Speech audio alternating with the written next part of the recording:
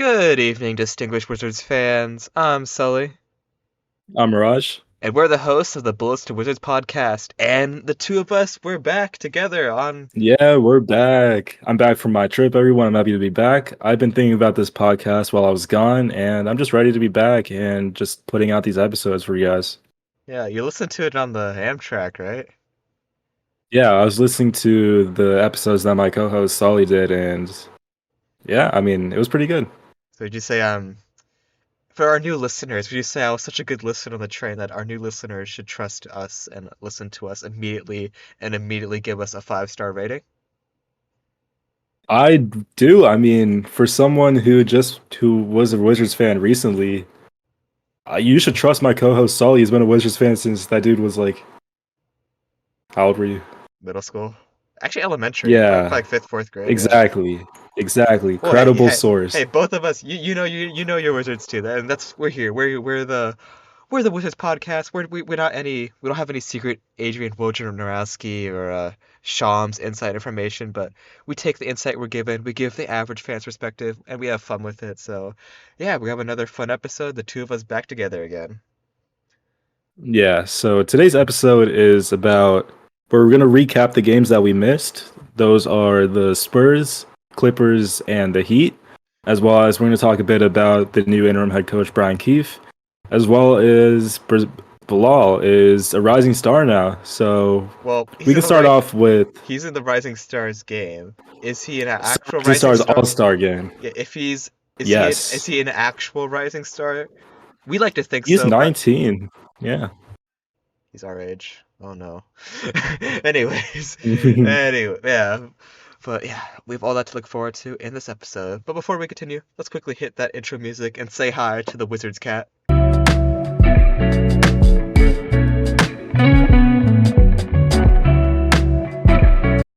The Washington Wizards secured a 118-113 victory against the San Antonio Spurs, improving their season record to 9 wins and 37 losses.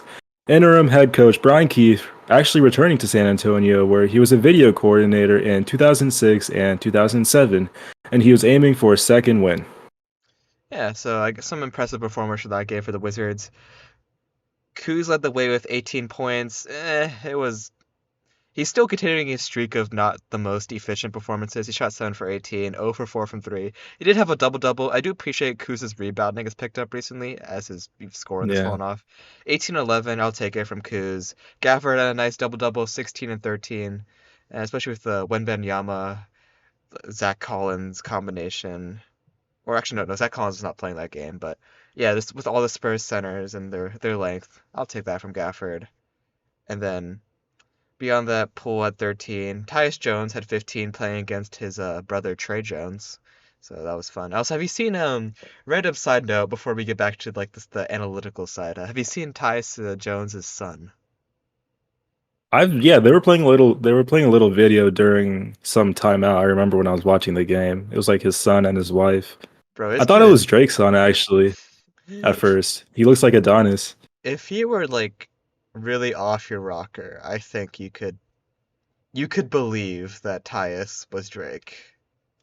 Like if you're really like not in a sober state of mind. Am I wrong? Yeah. No, you're not wrong. I could definitely see that. He's like Drake with Judging from the kid. He's like Drake with freckles. It's kind of cool. But anyways, back to the actual game. Yeah, I don't Yeah. know. So What do you see from the eye test, from the team's overall effort, defense? Is that a game you noticed a little more of a difference between the Wes Unseld days, or what would you say? well, what I noticed is that in the first quarter at least, the Spurs were capitalizing on turnovers and they were capitalizing on us with turnovers.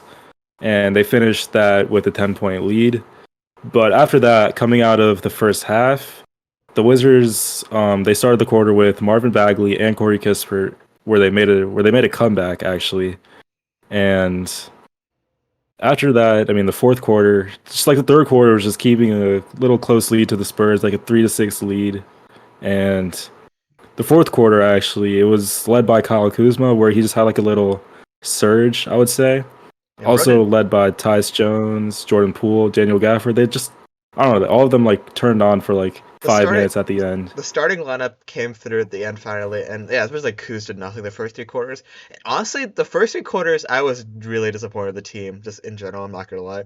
Like the first quarter being Yeah. down double digits, and then also like I know we are just as bad, if not worse, than the Spurs, but it just felt like we can't get swept by this team, and it's just like, don't y'all want to like not? I know it's not as bad as losing the Pistons, but it's pretty close. It's like getting swept by the Spurs is not a good mark on your resume.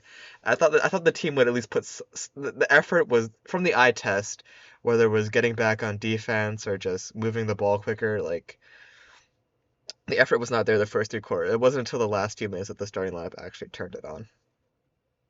Yeah, no, I mean, I would say we kind of figured out how to defend Wemby.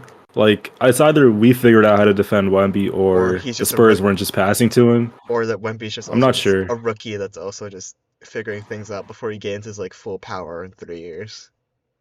Yeah, like at the same time, you can also say we were lucky because he did have he had a lot of open looks, but he just never had the ball with him. Which I mean, and to be So, I fair, mean, what and I'm sorry, yeah, to be fair, one of the biggest issues with the Spurs and why, like, I don't think it's fair at all to say that Wemby's the reason why the Spurs have been bad this year. They have no point guard. Like they've been doing the whole weird like Trey Jones has been there sometimes. They had the whole Jeremy Sohan thing at point guard, which is a horrible experiment. He's not a point guard. He's forward, but he's not a point forward either. So the Spurs have no real. They don't have any good ball handlers. So yeah, it's been a real issue. And honestly, yeah, like I feel like Wemby could be putting even he's efficient enough, but he could be putting up even better stats if they had actual like a floor general. Like honestly, I think Tyus would be a really good person to throw out in San Antonio. yeah, no, our offense really just it didn't exist the first 3 quarters, but the fourth quarter, I mean, Tyus Jones knocked down 2 clutch jumpers. Jordan Poole, I mean, he plucked away a steal. Bilal, he drained a clutch three, I remember, and it was just like it was winding down to a 3-ish point game, and they missed a shot. The Spurs missed a shot. Daniel Gafford got the rebound. He passed it to somebody. I don't remember, but just the fourth quarter, the team really came together. Except Poole. I don't know what Poole was doing that whole game. It's also interesting to me that these two teams have like opposite problems. The Spurs issue is that they have no point guard that can really facilitate the ball, and our issue is that we have a very weak like center rotation. So it's like a clash of like opposite issues, and I guess that results in two bad teams splitting their season series. We both have still one apiece, and I guess it's nice we won in San Antonio. I don't know if you knew this, but the Wizards they did have like this 20-year losing streak in San Antonio that ended like last year or the year before. But before that, there was like 20 straight years we had not have a single win in San Antonio. So in a weird way, it's kind of satisfying to get a win and over down by the Alamo in Texas against Old Man Popovich. Yeah, well, I mean, at the end of the day, the Wizards did come out with the win, But improving to 9-37. I've one negative from this win though is I definitely like a win is a win is a win, and the fourth quarter or something. Okay, sure. But then this was their second win in the row after beating the other worst team, the Pistons. And wow, first 2 game win streak of the season. I feel like the team was a little too high on themselves. And I feel like they carried over in the next game. They played, I think a downfall in the next game, but they were riding a little high of finally winning. They played a little too confident, and that really showed in like their poor shooting in their next game. And should we go over the next game on the schedule? Yeah, so the next game was the Clippers. That game, I was really surprised with how we were holding up the first 2 quarters. I mean, these are the Los Angeles Clippers, I think one of the best teams in the West, if not the best team in the West. And I mean, we ended the first half, we were up by well, like 3-4 points. But yeah, we came back second half. Things went downhill. They went on like a 16-2 run. It was just everything fell apart, and then came out with the L. Yeah, I distinctly remember you texting me even like in at the end of the first half. You were like, "Whoa, like how are we holding it on against the Clippers?" And the Clippers are red hot right now too. Like they they they struggled when James Harden initially showed up. They won that losing streak, but now they are on fire. Like they're at an actual. I know the last few years it's like, oh, the Clippers are a 4-3 record away from the West, but everyone kept getting hurt. I think the Clippers are a real conference finals start this year. Like I believe in Kawhi and PG and Harden actually being mostly healthy this year. And yeah, in the end, the second half, part of it was the Wizards just taking a lot of bad shots. Part of it was, I believe, Gafford got into foul trouble that game, and that was a big part. And honestly, even Gafford didn't play that well against Mason Plumlee, which is kind of disappointing. Like, I know Gafford does not hold his own against a lot of the centers of the league, but especially when Mason Plumlee is like out hustling him, out rebounding him, that was kind of disappointing. But yeah, I mean, overall, besides the Wizards' poor shooting, it was also just the talent gap became apparent in the second half. Like, Yeah. Yeah, and I just looked it up. The Clippers actually outscored the Wizards 40-19 in the third quarter. And Jordan Poole, he was unavailable due to illness, I think. And it was like 15 minutes before the game. They're like, "Oh yeah, yeah, he's sick," which yeah, I'm not preying on ill will on anyone, but it was a little bit exciting to see Bilal get the start for second yeah, start of the season. Bilal, yeah, he had a really, really good start. He was playing really good defense. He was getting some layups down. I don't know, I was really happy with how we started off the game for us. Yeah, and I mean, okay, been talking about Kuz been kind of cool the last 2 weeks.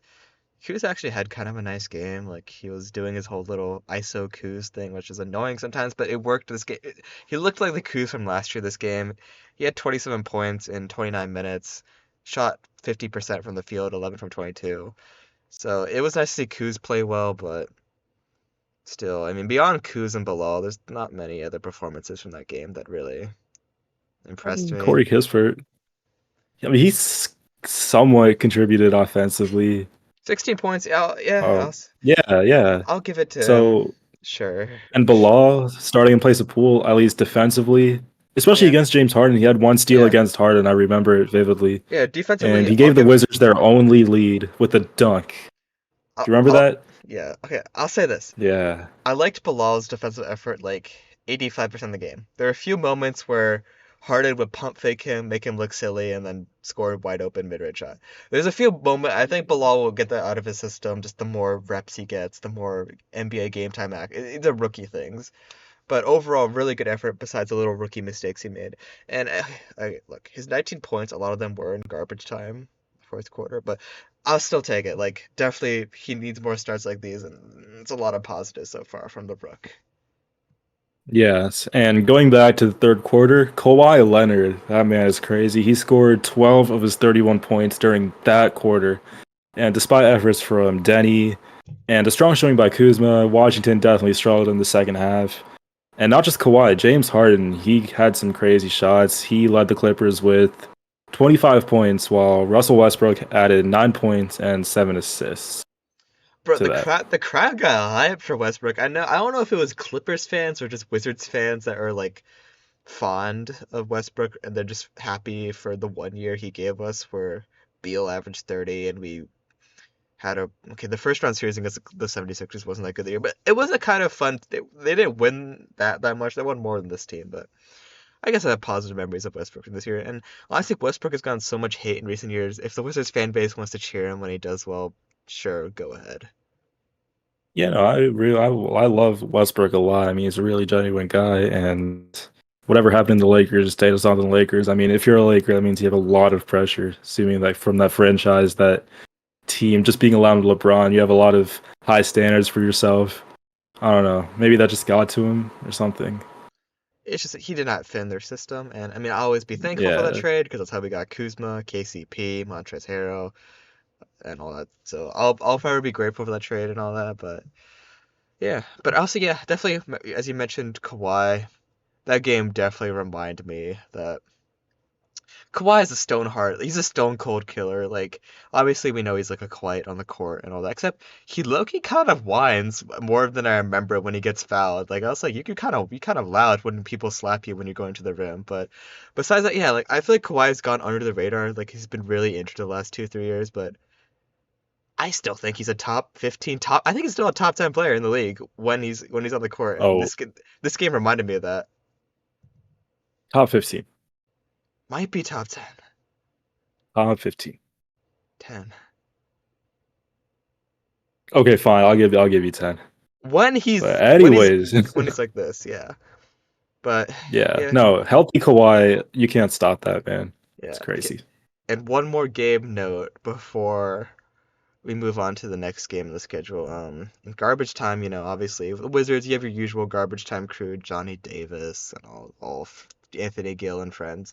But on the Clippers bench, on their scrub time unit, there's a little VCU basketball hoop on your in your background, and I think Mr. VCU checked into the Clippers that game. Mr. Bones Highland. Did you get hyped for Bones Highland coming in the game?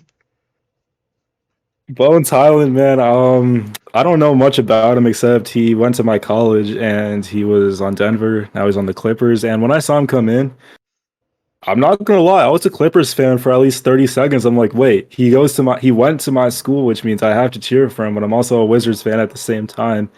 But it was cool to see. I mean, just uh, a guy who just went to my school and now he's just in the NBA playing against my favorite team. It's a crazy thing to see. Do people at school like pay attention to Bones Highland? A lot of people love Bones. I've seen Bones Highland jerseys in the stands. Okay, so Like he's people wearing he's like VCU Bones Highland jerseys. yeah, he's like the most recent like VCU Ram to like be relevant in the NBA. So I guess he's a little of a little cult hero down there. So that's fun to know. Yeah, I wonder if UVA fans get hyped for when Anthony Gill comes in for us during garbage time. Hey man, you've seen Anthony. me. You've seen me every game we've been to. Whenever they show like Anthony Gill like on the screen or whatever, I'm like, yeah, like go Who's. Like We love Anthony Gill, man. He keeps the teams together. If Anthony Gill wasn't on the Wizards, I oh think that man, we would probably have 2 wins. yeah, I think they would all choke each other out and punch each other. Hate each other. Yeah, like it's Like I feel like the team dinners he Kuz and plans. JP would not like each other. I don't even know if they do like each other, but I don't really see they them would not like each other even more. like I know during the before the season started, they show those videos of like Kuzma and Poole. They were making those little silly videos like, "Oh, let's do this filter. Who's the better shooter?" And then they're like, "Oh, me, me." Oh yeah, Yeah, and they're all like look like they're having a good time, like laughing together. I don't know now. I don't really see them interact that much like during yeah. They games. don't. Yeah, Like I don't know what they're. I don't know. I can't tell if they're both checked out or they don't like each other. They're just apathetic. I don't know, but team chemistry. Thank the Lord for Anthony Gill. Thank But the Lord. but in the next game, Anthony Gill, with all his power, still could not save us. As the next game was a 110 to 102 loss to the Heat at home. Yeah, so the Wizards suffered, as he just said, a 110 to 102 loss. I mean, highlighting again ongoing challenges in the paint with a 66 to 49 rebound deficit. Despite like positive performances from Daniel Gafford, I would say he played really well. He had 11 points and 14 rebounds. Corey Kispert, career high, 26 points. Denny Avdia, 15 points, 8 rebounds. And the Wizards had the first half lead, but slipped away. But they had a 16-point lead in the fourth quarter. Yeah, but it also slipped away. Another first half that tricked me, like the Clippers first half tricked me because I was close. The Heat first half too, because it's like in my mind I was like the Heat, they actually have been really really cold recently. They've been on a losing streak, and I was like, okay, we're taking advantage of a team that's doing not so good right now. And the Heat have been having rebounding issues too, so I was like, oh, okay, okay, Wizards, I see you taking advantage of them. But then no, I guess Coach Spo in the locker room. Like I said, it's hard to tell this team sometimes if it's like a good coach like Coach Spo making adjustments at halftime, or if it's just the talent gap that just Jimmy, Bam. I guess they got Terry Rozier now. Scary Terry, he hasn't done much since being traded to Miami, but I mean, if it's those guys just being better than our gang, but yeah, second, it was third quarter was fine. It was not the worst loss that we've seen this. It's one of the better losses. I'd say top 10 best losses of the year. I'd put this up there for the Wizards. I would say if Bagley was in this game, then something would have turned out differently. But with now Bagley, I think he has like some back injury or something. Yeah, Um, with just Gafford at center, and now going back to like now that's not even like the husk of Danilo Gallinari or whatever Mike Muscala is, whatever to be the backup center. So it's like we just lose size when Gafford comes out. We don't even have like bad tall guys. It's just there's no one behind him once Bagley's out. And like it's Bagley, like I don't think he's a good rebounder because he's like boxing people out that well, but he just knows where to be. He's always in the right spot for rebounds. He's always like running everywhere, and that hustle is what gets him rebounds. Like he's not actually his technique isn't like a Steven Adams or Jonas Valanciunas or even like an Embiid in terms of like actual rebounding technique in terms of like just proper like coach X and O's like boxing out like really like sticking out your back. But it's yeah it's still something with this team that lacks any kind of rebounding, and yeah it's a common theme. And Jordan Poole. That guy had shooting struggles. 2 for 14 from 3. And while I was watching him play, I mean, does he fit? Does he fit in DC? I mean, does he fit did you see anywhere? Kevin Garnett made some comments about him? I remember seeing it on Twitter the other day. Have you seen that? I don't remember exactly what he said, but I Kevin remember Garnett was seeing something like Jordan Poole doesn't belong in the NBA or something like that. I remember seeing, was it at the beginning of the year that I'm correct me if I'm wrong. I believe KG said he believed in Poole, like in the Yeah, preseason, he and did. then he quickly turned to sit, which for good reason. And Yeah. After this game, I remember going on Twitter and seeing Kevin Garnett. There's like this whole thing going on Wizards Twitter, and I watched the video, and he's like, "Oh man, I don't think Jordan Poole belongs in the NBA because of his recent shooting struggles." I'm like, "Come on, man." I'm not gonna go that far. Like Yeah, bro still drops 20 we've seen his points potential in Golden State. It's not enough. like he doesn't belong here. It's just either, I Even in mean, I don't know. DC, like yeah, he's gonna miss 10 shots a night, but he's had enough. I mean, he's averaging like 17. So, I mean, he's not getting 20 every night, but he's had enough 20-point nights where it's like, I see where the talent is buried deep, deep, deep somewhere inside that guy. There is talent. You can see it even when he makes those bricks. You can see in his form his confidence is fading, but still has a little bit of swagger in his game when he takes like a step back three, and you can see that there's a little like borderline almost ish all stars somewhere in there. It just hasn't come out. It may honestly never come out. And honestly, okay, I know in our little graphic we have Jordan Poole with a double double right there, and that is a very deceiving stat. I mean, I guess it is nice. It was I didn't really notice it during the game, but I guess he was facilitating the ball a little bit better, where there's people knocking down shots more this game. But like I said, I mean, if Poole could somehow turn more into like a point guard mindset, which I don't really see, especially with I mean, Tyus might get moved, Poole might get moved to the point, and then Bilal gets to shooting guard. That might be the starting lineup once Tyus is going to get traded. It doesn't make sense to keep Tyus. So I mean, if Poole once he gets moved to the point after the trade deadline, if he can somewhat focus on being a facilitator and just take like less shots, that could somewhat give him value. But even then. Yeah, the Poole frustrations, man. And Corey Kispert, he impressed. I mean, he had how many points? He had 26 points, 4 rebounds, 2 assists. He made 6 threes, but he shot 14. So yeah, he went 6 for 14 from 3, 10 for 18 from the field. He missed 1 free throw, but he only took 1 free throw. What is up with Um, what is up with Corey at the line this year? He's like he he's finally pushing the rim a lot more, and yeah. I would say he's doing pretty well. I would say he's pushing to the rim better than he is at like push like better than he is a 3-point shooter Yeah, like this Corey season. his cutting has come alive this year. In a weird way, he was kind of cold from the free throw line like for a stretch this year. He probably started making them again recently, but it was kind of weird that bro, like you remember there's a stretch of like 5-10 games where bro was just missing 1 or 2 free throws a game. It's weird for a shooter, but yeah, definitely like even though this was a hot shooting night for him, he still had his moments cutting to the rim, and it has been cool. There has been progress made in Corey's game. Is he still not the most consistent guy? Yeah, but definitely progress. And whether he's I know it's gonna hurt you when I say this, but whether he's a trade asset or whether he has a future on this team, either way, I mean, it's good to see his value going up, especially with guys like Poole, their values going down. Speaking about trade asset, Johnny Davis, man, 2 minutes in the first half, he made 1 shot. Okay, I know I keep getting Let's give a round of applause for Johnny Davis. no. Okay, look, I know I keep getting close to Oh, I keep going close to the mic to like be really like cynical, but he played 2 minutes. Those 2 minutes in the first quarter were the only 2 minutes he played the whole game.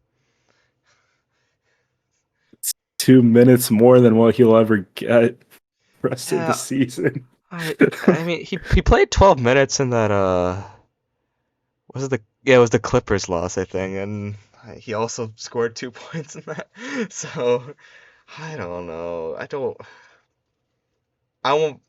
Okay, Johnny is a poor man's Jordan Poole. Is that a bad assessment? Whoa. Is that a bad assessment? To Jordan Poole? Is Johnny a poor man's Jordan Poole? Not saying something because Jordan Poole is a very, very, very poor man's.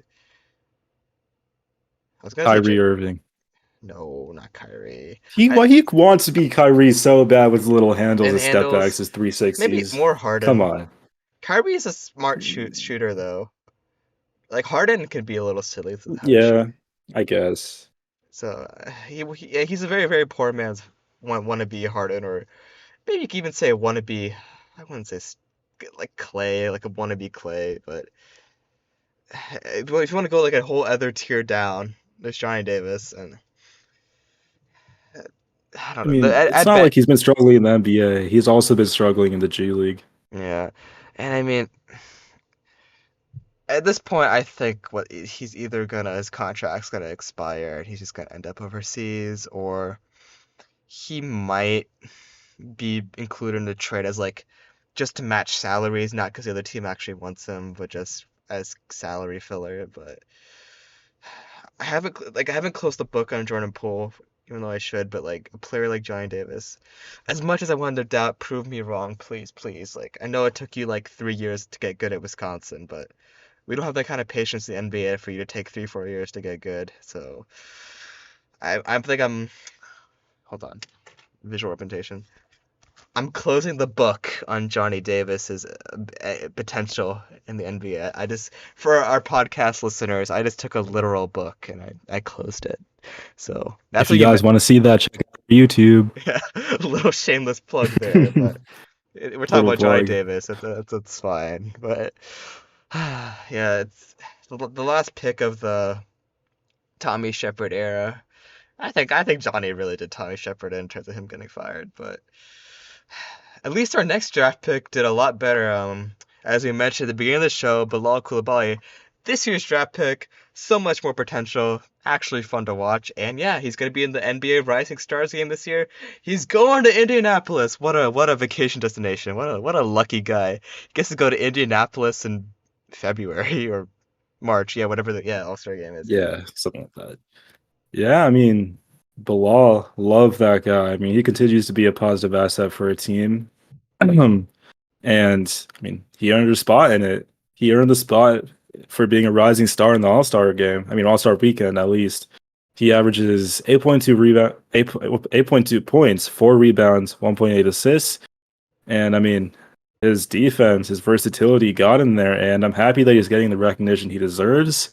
And I mean, his selection also just reflects his rookie season with us in Washington so far. So And overall happy. I mean, he's only 19 years old. yeah, like a teenager, like that's awesome. And yeah, it's also a reflection of like this front office might know what they're doing a little bit more to an extent. So that's a nice little sign to see there too.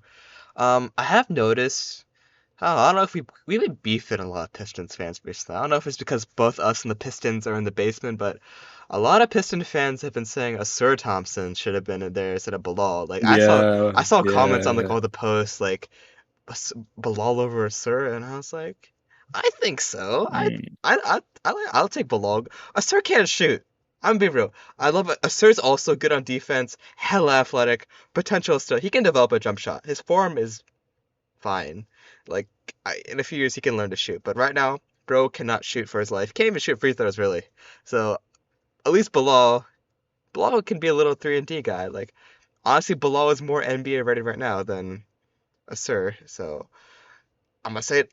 I don't. I know their stats are somewhat similar, but look, our team. Overall, Bilal's a better player. Like I might Yeah, be biased because I'm a Wizards fan, but I've seen gameplay from both of them, and Bilal just does more. I mean, in every aspect.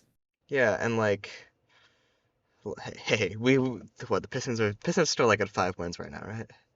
We got Yeah, yeah, we we got have more 9 wins. wins. We're the winning We more have winning team. wins. Yeah, Yeah. but it's a shame because like the Rising Star game has G League players too. It's a shame no one from the Go-Go made it to the G League team. And like I know traditionally we've had, I feel like the Go-Go have kind of, okay, this is a really random Wizards, like this is a Wizards sicko kind of news right here, or analysis right here, but like the Go-Go have kind of fallen off this year compared to last year. Like last year's team with like Jay Huff and I guess they had Dotson. Who was on that team last year? I I'm don't know. Chris Dunn. Like that team was kind of, for a G League team, kind of nice. And like a lot of those guys in the last year's team are like they're on NBA rosters now, like on two-way contracts and stuff. But this year's team, like this, like Johnny shows up sometimes. Well, actually, yeah. And like, okay, Jules Menard has been a really nice positive. Like Davion Mintz has been fine, but overall, like there aren't any guys in this roster, for this Go-Go roster, like that I would really care to see on the Wizards roster right now. Like last year, there was guys I was like, okay, I wouldn't mind them coming up. But this year, like, is there anyone in the Go-Go roster you're dying to see in a Wizards uniform? Rui. Well, he is in a Wizards uniform here Yeah, and there, but fully Troy. in a user Wizards uniform. Yeah, which come on, Keith. Yeah, Like, thank you for playing Johnny Eugenio. Davis. Thank you for playing Johnny Davis 2 minutes. Eugene Amarui has not played in the Brian Keefe era. What is up with that, Brian Keefe? I thought there would be change, but no. You still haven't played Eugene, and that makes me a little upset. But okay. You're still better than West so far, Keefe. But please play Amarui. Yeah, I mean, he started Bilal, which is all I wanted to see. I mean, I almost shed a tear to my eye when I saw the Yeah, new starting lineup. yeah. Bilal. And Hopefully yeah, after the trade deadline, Bilal will be a permanent member of the starting lineup, and yeah, hope he has fun in Indy. I mean, he gets to go to the airport. You saw the Indianapolis airport. They got the little yeah, yeah. They just put an NBA sized court in the airport. I'm like, interesting way to market it. though. I'm sorry to disappoint. I learned recently it's all a It's bunch not of NBA size. well, it's just Oh wait, it's like a but it's not hardwood. It's a sticker. The court's a sticker. wait, it's a sticker? Yeah, it's not hard. It's not real hardwood. That's what I saw No online. way. That was It looks so so real. like there was this guy. He paid to go and he brought a basketball and he went there. He showed up. It's a sticker and the rim. Oh, Guess what? The rim, because like if you go to Walmart, the rims have that little lid on it to stop you from shooting. it has a lid on it? They got lid on the rim to stop you from No shooting at the way.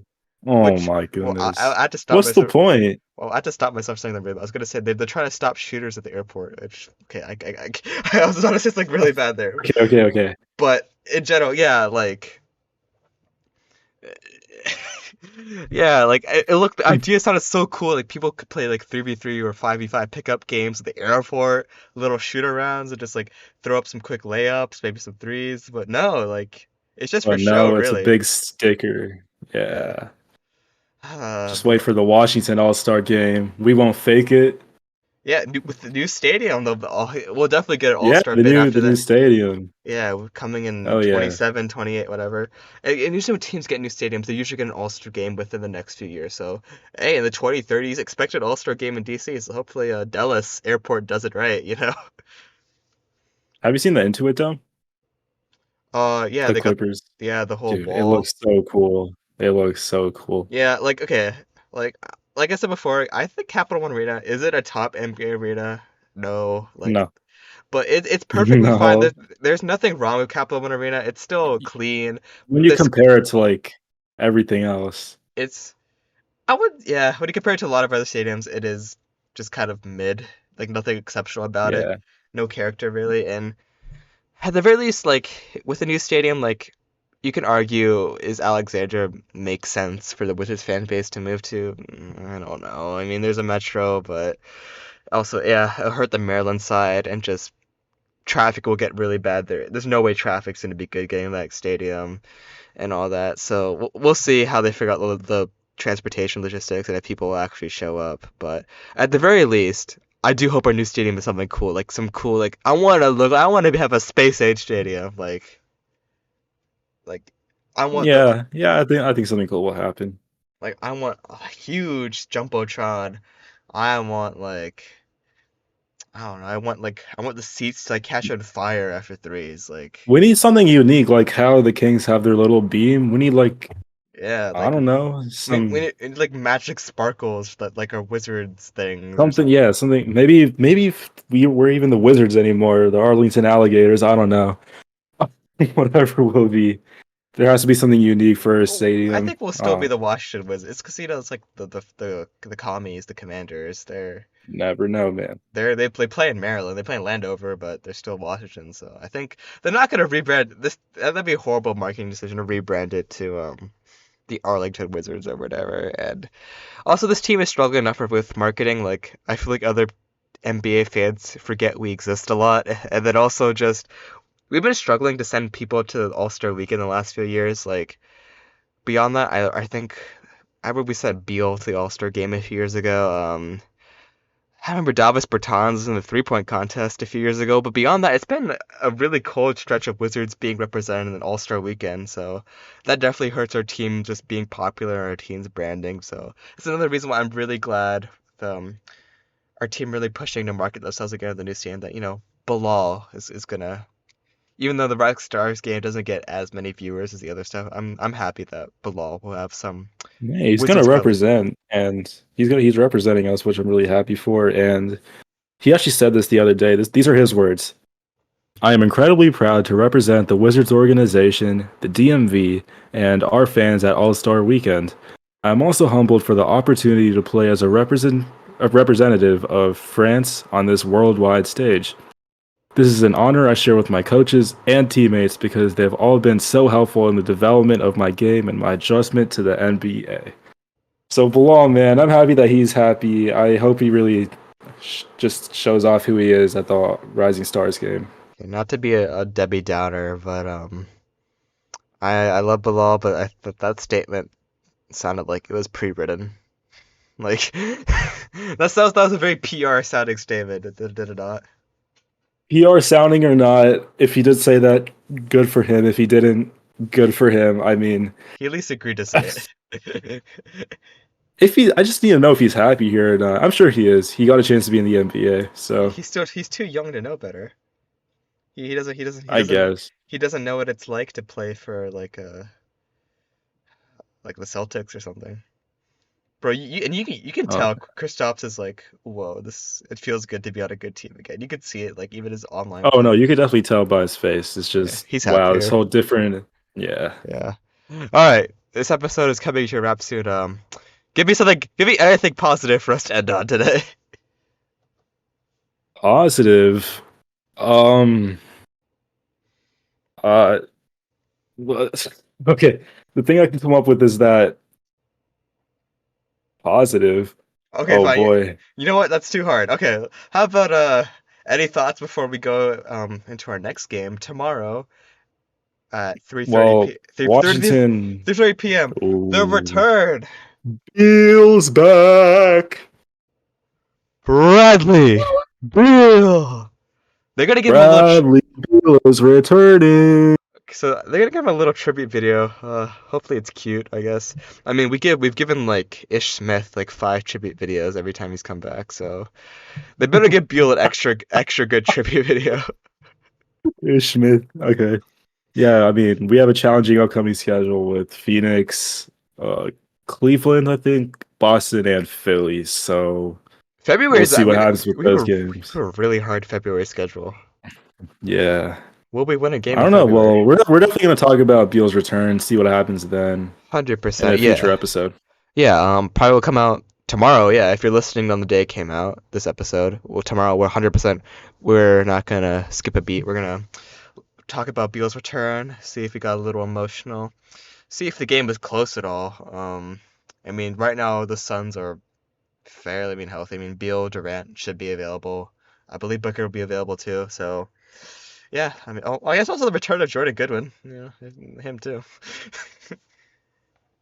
One more thing, talking about injuries, I remember looking at Wizards Twitter today, and the injury report from Jason Boscola tomorrow is Marvin Bagley is still out, Bilal is out, Tyus Jones is out, Kyle Kuzma is out, Wait, and what? Isaiah Livers. So What? What happened? Bilal, low back contusion. Tyus Jones, right ankle sprain. Kyle Kuzma, left shoulder soreness. They did not all get hurt in the Yeah, Heat game. What happened? Like, what did Keith do to them in I don't practice? know. Bro, Keith is like physically hurt. Is he hurting them or something? What's going on? So yeah, we'll see what happens That's a tomorrow. crazy injury report. Oh my lord. If we win, that's gonna be hilarious. Like actually, If we win, if we if we win, somehow win, our next episode's gonna open with me dying of laughter. That's what the next episode's gonna look like. every Wizards fan is gonna go crazy. What? Yeah, no, I don't. I remember looking at this Okay, Wizards I like guess. injury report. And I'm like, damn. So I guess what's the lineup gonna be then? So I guess DeLon will start Poole, at Kispert, no. Gafford, I think DeLon will start at point guard. Poole, Kispert, Denny, Gafford. That's what I would Gaff. guess. What a starting lineup! Who's on our bench? Who's left? Um, Shamit. Shamit will be Shamit The revenge the game. Yeah, Shamit revenge there's game. Shamit, Johnny Davis, Oh, Anthony Johnny Davis could Gill, get minutes. Patrick Baldwin. PBJ has been getting a little playing time recently. Maybe Yeah, no, he'll Patrick Baldwin got some recent minutes. He got. Oh, he didn't get any minutes in the last game. not in the last few Um, games, but before in the end of the Wes Unseld era, he was getting he minutes. got he got 12 minutes in the Clippers game. But that was garbage. But yeah, Three yeah. points. So yeah, it'll be So he interesting. got Maybe 1 for 6. we'll get our wish. Probably Amari will play. Maybe some Jules Bernard action. Yeah. But Yeah, no, this Suns game is definitely going to be interesting at if you're 3:30. if you're a Wizards fan, you're tuning in though. You're tuning in, and we Oh no, will. if you're a Wizards fan, you have to tune in. And I do wish we were local and like not at college right now, a few hours away from DC. Because if we were back in the DMV right now, 100% we'd be at that game. 100% we would go. Yeah. But yeah, looking forward to that. So yeah, we got the Beal episode, the Suns, all that. We'll talk about that in tomorrow's episode. And then later this week, we'll come out with a trade deadline episode where me and Raj will come up with a few personal mock trades we've come up with. And then we'll also look at the biggest trade rumors on the internet and just the Twitterverse, the Redditverse, the dark web, any wherever you get your basketball rumors from. And yeah, I mean, even in the last few days, a lot of Tyus rumors, Kuzma, Dallas rumors, all this kind of stuff. So yeah, we'll definitely get into that later this week. But yeah, thank you for listening. Anything else left to say, Raj? Keep hitting those DC3 guys. Yeah, love you. All right. Love you.